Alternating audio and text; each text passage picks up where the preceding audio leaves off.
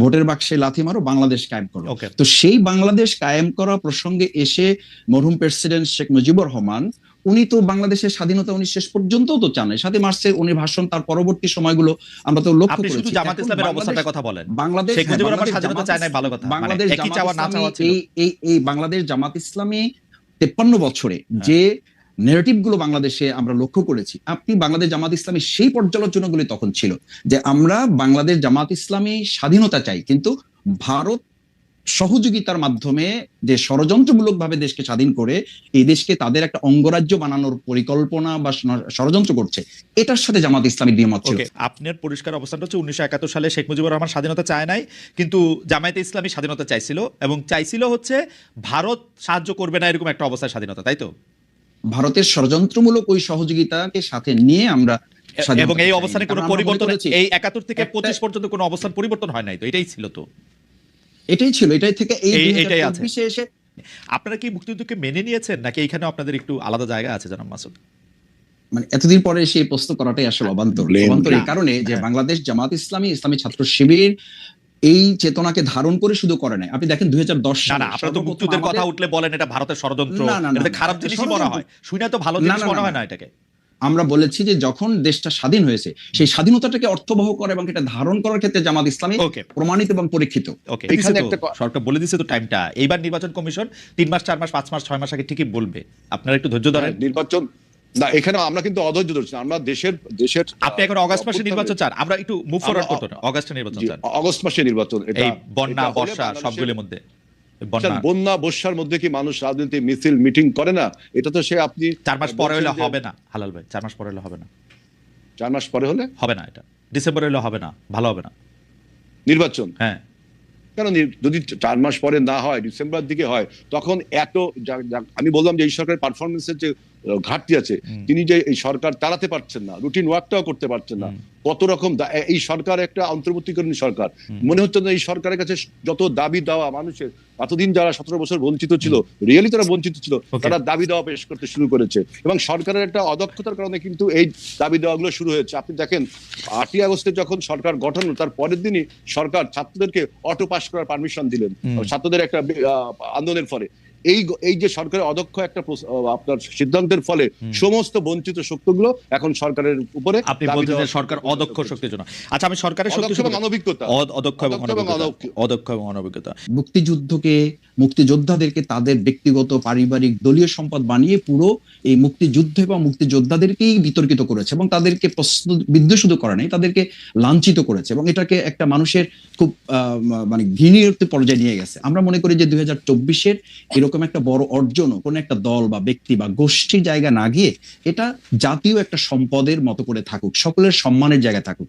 এরপরে যদি কোনো ব্যক্তি এই 2024-এর যে গণ অভ্যুত্থানের যে ইয়াটাকে, আমি আগেটা একটু জিজ্ঞেস করি, মুক্তিযুদ্ধটা কি থাকা উচিত তাহলে? মুক্তিযুদ্ধটা দেশের মানুষের সম্পদ হবে। আপনি বলছেন যে আওয়ামী লীগের সম্পদ, আওয়ামী লীগ এটাকে নিজস্ব সম্পদ করতে চাইছিল, কুক্ষিগত করতে চাইছিল। আপনারা তো আওয়ামী লীগের যে ন্যারেটিভ ছিল যে ওরা না থাকলে কি হবে, সেটা প্রমাণ করার জন্য তো মানে ব্যস্ত হয়ে গেছেন, আমি দেখতে পাচ্ছি। ইসলামিক ছাত্র শিবিরের এটাকে প্রত্যাহার করা হয়েছে প্রকাশনাটা, কিন্তু আমি ইসলামিক ছাত্র শিবিরের সেক্রেটারিকে নিজের মুখে বলতে শুনছি যে এটা কেন জাস্টিফাই না আসলে ওইটা এখানে থাকার জন্য। আপনি জানেন যে এটার মধ্যে থেকে ও নিজের মুখে উনি বলছেন টেলিভিশনে যে এটা একটা ধারাবাহিকতার একটা অংশ, একটা লেখক এটা মনে করছেন, আমাদের মধ্যে থেকে এটা এরকম নানা ধরনের এটার মধ্যে এটা হয়। এবং সেই বক্তব্য কি ছিল? মুসলমানরা ভুল পথে গিয়ে এই মুক্তিযুদ্ধ করছে, আল্লাহ মুসলমানদের হেদায়েত করুক, বা এটা ভালো হোক, তাই তো? না, এখানে তো প্রাসঙ্গিক তো বিষয়, এটা অন্যদিকে আপনি গেলেন। সেটা হচ্ছে যে মুক্তিযুদ্ধটা নিয়ে আপনাদের অবস্থা কি ক্লিয়ার মাসুদ ভাই? আপনাদের অবস্থা কি ক্লিয়ার? বিষয় আমাদের ক্লিয়ারটা হচ্ছে যে আমি বলেছি যে মানে এই কথাটা তো ঠিক যে মুক্তিযুদ্ধ এবং মুক্তিযোদ্ধাদের মতো এত সম্মানিত এই জায়গাটাকে আওয়ামী লীগ এটাকে বিতর্কিত, প্রশ্নবিদ্ধ করেছে এবং একটা নিন্দনীয় জায়গায় নিয়ে গেছে তাদের দলীয় সম্পদের উপর। আমি যেটা বোঝাতে চাইছি আপনাকে, প্রথম কথাটা আমাদের ন্যাশনকে আমাদের মেসেজটা তো ক্লিয়ার করতে হবে। আমরা বোঝাতে চাই যেটা যে 2024-এর এই অর্জনটাও যেন আমরা কোনো ব্যক্তি, দল, গোষ্ঠী, রাজনীতির কোনো মার প্যাচে এটা যেন বিতর্কিত না হয়, এটা যেন প্রশ্নবিদ্ধ না হয়। সেই জায়গায় 1971 সালে বাংলাদেশ জামাত ইসলামীর অবস্থান আমরা বহুবার প্রকাশ করেছি, বহুবার পরিষ্কার করেছি। আমরা আমাদের কথা স্পষ্ট করেছি যে দেশের স্বাধীনতা সার্বভৌমত্বকে ধারণ করে বাংলাদেশ জামাত ইসলামী, ইসলামী ছাত্র শিবির তার রাজনৈতিক কর্মকাণ্ড পরিচালনা করে।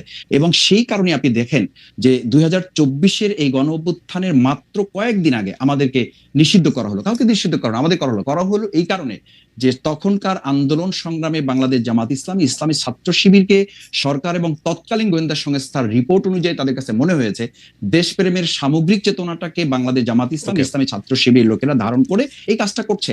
আর ছাত্র শিবির তার ছাত্র সংবাদের প্রকাশনা যেটা করেছে এটা একটা বিচ্ছিন্ন ঘটনা। আমি মনে করি যে তাদের এখানে একজন গবেষক একটা লেখা লিখেছে এবং তারা এটা পরে যখন বুঝতে পেরেছে বা এটা তাদের নজরে এসছে, আমি একটু খালি আমি বলছি যে যখন তাদের নজরে এসছে তারা প্রত্যাহার করেছে এবং এটার জন্য তারা দুঃখ প্রকাশ করেছে। দিদি জানাব, এখন আমি যদি আপনাকে আরো ধরি যে এটা তো এই নেগেটিভটাকে যদি আপনি ওভাবে নেন, আমি এটা মানে শ্রদ্ধা রেখেই বলছি যে আমাদের এখন বাংলাদেশ জাতীয়তাবাদী দল বিএনপি ওনাদের ওখানে যে মহাসচিব হিসাবে শ্রদ্ধেয় মির্জা ফখরুল ইসলাম আলমগীর সাহেব উনি কাজ করছেন, ওনার বাবা সম্পর্কে আমাদের কাছে কি মেসেজ আছে? তো সেজন্য কি বিএনপি কে এখন ক্ষমা চাইতে বলতে হবে, বা আমরা কি বলবো যে মির্জা ফখরুল সাহেবের শ্রদ্ধেয় মরহুম পিতা মির্জা রুহুল আমিন চোখা মিয়া 1971 সালে উনি ঠাকুরগাঁ জেলার অন্যতম স্বাধীনতা বিরোধী হিসাবে 710 জনের একজন ছিলেন।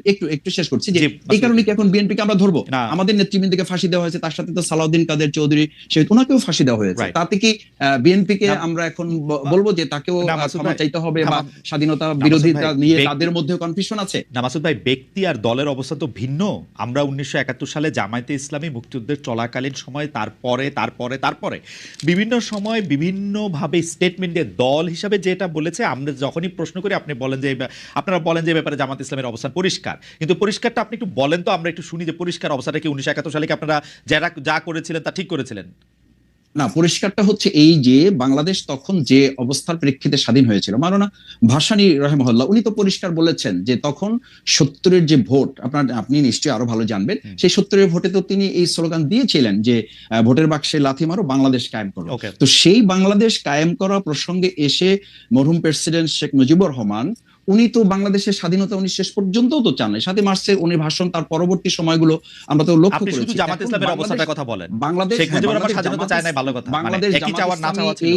এই বাংলাদেশ জামাত ইসলামী 53 বছরে যে নেগেটিভ গুলো বাংলাদেশে আমরা লক্ষ্য করেছি, আপনি বাংলাদেশ জামাত ইসলামী সেই পর্যালোচনাগুলি তখন ছিল যে আমরা বাংলাদেশ জামাত ইসলামী স্বাধীনতা চাই, কিন্তু ভারত সহযোগিতার মাধ্যমে যে ষড়যন্ত্রমূলক ভাবে দেশকে স্বাধীন করে এই দেশকে তাদের একটা অঙ্গরাজ্য বানানোর পরিকল্পনা বা ষড়যন্ত্র করছে, এটার সাথে জামাত ইসলামী দ্বিমত ছিল। এবং সেই দ্বিমতটা 1971 সালে আমি একদম পরিষ্কার অবস্থাটা আবার বলি, আপনার পরিষ্কার অবস্থাটা হচ্ছে 1971 সালে শেখ মুজিবুর রহমান স্বাধীনতা চায় নাই, কিন্তু জামায়াতে ইসলামী স্বাধীনতা চাইছিল, এবং চাইছিল হচ্ছে ভারত সাহায্য করবে না এরকম একটা অবস্থায় স্বাধীনতা, তাই তো?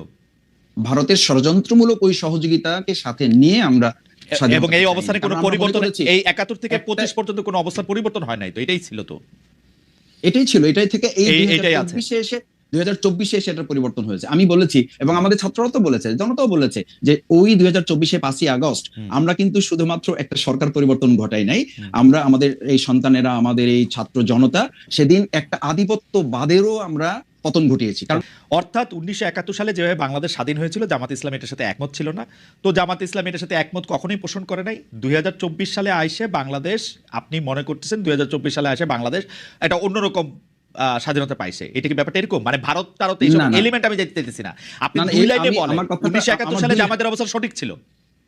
2 লাইনের জামাত ইসলামের 2 লাইনের কথাটা আসলে কোনো একটা কোশ্চেনের কথা আপনি কখনো 2 লাইনে বলতে পারবেন না। আপনি আমাকে বলেছেন সেইজন্য কথাটা উঠলো যে আপনাদের অবস্থাটা কি পরিষ্কার, কিন্তু আমি কখনো এই পরিষ্কার কথাটা জানতে পারি না। পরিষ্কারটা কি? কথা হচ্ছে এইটা যে বাংলাদেশ জামাত ইসলামী স্বাধীনতাটা ভারতের ষড়যন্ত্রমূলক সহযোগিতার মাধ্যমে চায়নি, কিন্তু যখন স্বাধীন হয়েছে দেশ, সেই স্বাধীনতাকে ধারণ করে জামাত ইসলাম, ইসলামী ছাত্র শিবির তার সামগ্রিক কার্যক্রম পরিচালিত হয়ে আসছে এবং সেটা প্রমাণিত এবং পরীক্ষিতভাবে দেশের জনগণ সেটা গ্রহণ করেছে। ফ্যান্টাস্টিক। আচ্ছা, আমি এই যে এইখানকার একজন উপদেষ্টা আছে বর্তমান সরকারে, তার নাম মাহফুজ আলম, তিনি বলেছেন যে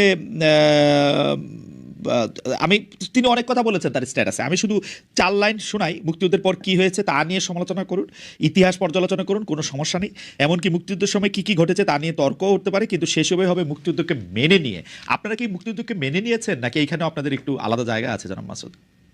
মানে এতদিন পরে সেই প্রশ্ন করাটাই আসলে অবান্তর এই কারণে যে বাংলাদেশ জামাত ইসলামী, ইসলামী ছাত্র শিবির এই চেতনাকে ধারণ করে শুধু করে নাই। আপনি দেখেন 2010 সালে আপনারা তো মুক্তিযুদ্ধের কথা উঠলে বলেন এটা ভারতের ষড়যন্ত্র, এটা খারাপ জিনিসই মনে হয়, শুনে তো ভালো জিনিস মনে হয় না এটাকে। আমরা বলেছি যে যখন দেশটা স্বাধীন হয়েছে সেই স্বাধীনতাটাকে অর্থবহ করে এবং এটা ধারণ করার ক্ষেত্রে জামাত ইসলামী প্রমাণিত এবং পরীক্ষিত। নিয়ে ব্লেম গেম করছে যে অমুক মুক্তিযোদ্ধা তমুক রাজাকার। আমি জামাত ইসলামের মাসুদের এই বক্তৃতার মাধ্যমে সেই একটা প্রতিধ্বনি শুনতে পাচ্ছি যে বিএনপির মহাসচিবের পিতার ব্যাপারে যে কথা বলা হচ্ছে, এই ফ্যাক্ট চেকিং না করে আপনার যে প্রোপাগান্ডা মেশিন এখন তৈরি হয়েছে বাংলাদেশে, তার উপর ভিত্তি করে কথা বললো। আপনি দেখেন, আমি প্রতিধ্বনি এই জন্য বললাম যে 71 সালে একটা রাজনৈতিক দল দেশ ছেড়ে পালিয়ে গেল ভারতে, আরেকটি রাজনৈতিক দল স্বাধীনতার বিরুদ্ধে থাকলো, আর আমাদের নেতা শহীদ প্রেসিডেন্ট জিয়াউর রহমান যুদ্ধ করলো। এখন সেই দলের দিকে এই দুটো দলই, একটা পরাজিত শক্তি আর একটা হলো পালিয়ে যাওয়া। এই কথা কি হিস্টোরিক্যালি ঠিক? এই কথা কি হিস্টোরিক্যালি ঠিক হেলাল ভাই? জিয়াউর রহমান সাহেব ক্ষমতায় থাকার জন্য, মরহুম প্রেসিডেন্ট জিয়াউর রহমান সাহেব ক্ষমতায় থাকার জন্য সমগ্রভাবে যে রাজনৈতিক দলটার, যে রাজনৈতিক আদর্শটার, যে রাজনৈতিক কাঠামোটার সাহায্য চাইলেন সেটা হচ্ছে জামায়াতে ইসলামী। না, আপনি এটা আপনি কোন ইতিহাস থেকে বলছেন? আপনি আবার আপনি আমার চেয়ে ভালো জানেন। 78 সালে আপনি ইতিহাসটা দেখেন। আমি বলি জনাব গোলাম আযমের ফিরে আসা থেকে শুরু করে পুরোটা দেখেন। আপনি শুনেন, আমরা যখন বাংলাদেশে যখন আপনার একদলীয় শাসন ব্যবস্থার ভিতরে ঢুকে গেল, তখন আমরা মাল্টিপার্টি ডেমোক্রেসি সৃষ্টি করলে অন্যান্যরা ধর্মভিত্তিক রাজনৈতিক দল, এমনকি বামপন্থী যে সমস্ত গোপন সংগঠন, তারাও রাজনীতি করার সুযোগ পেল। আর আমি যেটা বলছি যে ব্লেম গেমের কথা, যে আওয়ামী লীগ যে ব্লেমটা দিত যে অমুক রাজাকার, বিএনপিকে লক্ষ্য করে বলতো, অথচ আওয়ামী লীগ কিন্তু আপনার এদেশ মুক্তিযুদ্ধের সময় ভারতে পালিয়ে গেল, কলকাতায় পালিয়ে গেল, আরেকটি দল বিরোধিতা করলো এই স্বাধীনতা যুদ্ধের। এই দুটি দলেরই উদ্দেশ্য হলো আপনার যারা অস্ত্র হাতে যুদ্ধ করলো, যে দলের প্রতিষ্ঠাতা, তার নেতাকর্মীকে নিয়ে একটা ব্লেম গেমে চলে গেল। আপনি এটা হেলাল ভাই, আপনি এটা বললে হবে না। জিয়াউর রহমান সাহেব, গোলাম আযম সাহেবের কে দেশে ফিরিয়ে আনা, তাকে রাজনীতি করার সুযোগ দেওয়া, বাংলাদেশকে রাজনৈতিক আদর্শের ক্ষেত্রে জামায়াতে ইসলামীর রাজনৈতিক আদর্শকে হায়ার করা, জনাব শাহজিজুর রহমানকে প্রধানমন্ত্রী করা। শাহজিজুর রহমান কিন্তু ভোটের মাধ্যমে, আপনি যদি ইতিহাসটা পড়েন, আপনার পার্লামেন্ট 79 এর পার্লামেন্টে যারা নির্বাচিত হয়েছিল তারা ভোটের মাধ্যমে শাহজিজকে প্রধানমন্ত্রী। ওই ভোটের কথা বলেন না হেলাল ভাই, ওই ভোটের কথা না, কেন আপনার এটা তো ডেমোক্রেসি, আপনি ওই ভোটের কথা, ওই ভোটের কথা বলা না বলা একরকমই। পার্লামেন্টে যারা সদস্য ছিল তারা ভোটের মাধ্যমে শাহজিজকে প্রধানমন্ত্রী করেছিল। আমরা যদি মাল্টিপার্টি ডেমোক্রেসি না করতাম তাহলে তো সেই একদলীয় শাসন ব্যবস্থা ছিল। এখন একদলীয় শাসন ব্যবস্থাকে এই সরকার আপনাকে জাতীয় সরকার, এই জাতীয় সরকার এখন আমি দেখেন, আমি দেখলাম যে নাহিদ ইসলামের একটা স্ট্যাটাসে দেখলাম যে সে বলছে তারা নাকি জাতীয় সরকারের আমন্ত্রণ জানিয়েছিল। আমার প্রথম বক্তব্য হলো, বিএনপি 2022 সালে যখন 31 দফা সংস্কার প্রস্তাব দেয়, তখন তারা আমরা বলেছিলাম যে after the election we will make a national government. সুতরাং আপনি যদি প্রস্তাব দিয়েও থাকেন তাহলে আমাদের কমিটমেন্ট বা আমাদের রাজনৈতিক কর্মসূচির সাথে মিলছে না। আরেকটা কথা, নাহিদ ইসলাম বলছে যে সে তখন গণভবনে ছিল আর আপনার মিটিং হয়েছে আপনার ক্যান্টনমেন্টে, তাহলে তিনি এই কথা জানেন কিভাবে? আমরা তো এই কথা শুনিনি কখন যে 5ই আগস্টে যে হেলাল ভাই মানুষের জানার নানা রকম সোর্স থাকতে পারে। আপনি আমাকে সোজা কথা বলেন, আপনারা যদি ইলেকশনের পরে জাতীয় সরকার করেন, ইলেকশনের আগে জাতীয় সরকার হইতে আপনাদের অসুবিধা কি? আপনারা কি জাতীয় সরকার হইলে আপনাদের সবসময় আপনাদেরই প্রধান থাকতে হইব? এইটাই আপনি একটা মিনিট সময় দেন। যদি ইলেকশনের আগে আপনি জাতীয় সরকার করেন, তাহলে ইলেকশনটা করবেন কি করে? শেখ হাসিনার মতো আমি আর দামি দিয়ে আমরা সবাই জাতীয় সরকার, তাহলে ইলেকশনটা হবে কি করে? সবাই মিলেই করবে। কিভাবে ইলেকশন? শেখ হাসিনা 24 সালের আমি আর দামির ওই রকম কেন হবে? মানে দলে থাকলেই তো আর দলে প্রভাব আপনি বিচার করতে পারবেন না। ডক্টর ইউনূস থাকলো প্রধান, আপনি ইলেকশন করলেন। আমরা তিনজন ব্যক্তি আমরা যদি জাতীয় সরকার গঠন করি, আবার তিনজন নির্বাচনে অংশগ্রহণ করলাম, তাহলে আপনার নির্বাচনের কনফ্লিক্ট অফ ইন্টারেস্ট হচ্ছে এখানে। এটা তো হয় না, এটা তো পলিটিক্যালি রং। সারা পৃথিবীতে তো ক্ষমতায় থাইকাই ইলেকশন করে, অসুবিধা কি? না, আপনি সারা পৃথিবীর সাথে বাংলাদেশের উদাহরণ দিলে হবে না। পৃথিবীর কোন দেশে জাতীয় সরকার করে আবার তারা নির্বাচনে অংশগ্রহণ করছে, সেখানে একটা স্ট্রং নির্বাচন কমিশন থাকে। তাহলে আপনারা যেহেতু, আচ্ছা বুঝতে পারছি, তাহলে আমার ভুল, আপনারা যেহেতু ইলেকশনে অংশ নেবেন সেই জন্য আপনারা জাতীয় সরকার করলেন না, তাই কি? ইলেকশনে অংশ আমি জাতীয় সরকার করলে, আমি সবাই যদি জাতীয় সরকারে অংশগ্রহণ করি, ইলেকশনে করবো কার সাথে?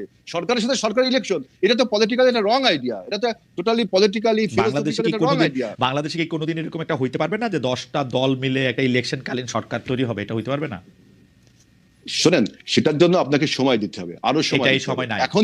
এখন যে ট্রানজিশনাল পিরিয়ডে আমরা রয়েছি, একটা মানে যুগ সন্ধিক্ষণে আমরা রয়েছি, এখন আমাদের এই বিপ্লবকে, আমাদের আন্দোলনকে, আমাদের অভ্যুত্থানকে যদি সুসংহত করতে হয়, তাহলে অবশ্যই যে রাজনৈতিক শূন্যতা তৈরি হয়েছে, সেখানে একটি রাজনৈতিক সরকারের প্রয়োজন। এখন আপনি যদি জাতীয় সরকার গঠন করেন আগে, তাহলে হাসিনার সাথে আপনার পার্থক্য থাকলো কি? আর আমরা যেটা নির্বাচনে কমিটমেন্ট করেছি আন্দোলনের সময়, আমাদের সাথে যারা যুগপৎ আন্দোলন করে সবার সাথে আমাদের কমিটমেন্ট হয়েছে, তারাও আমাদের সাথে কমিটমেন্ট করেছে যে after the election we will make a national government. আপনি এখন এই কথা বললে তো হবে না। হেলাল ভাই, এই জামায়াতের সাথে মানে আপনারা সবসময় জামায়াতকে ব্যবহার করেছেন, জামায়াতের শক্তিটাকে নিজেদের মধ্যে আপত্ত করেছেন, রাজপথে আপনারা থাকতে চান নাই, আপনারা বসে বসে চা খেয়েছেন, এয়ার কন্ডিশন রুমে সুন্দর কাপড় চোপড় পরে থেকেছেন, জামায়াত আন্দোলন করেছে।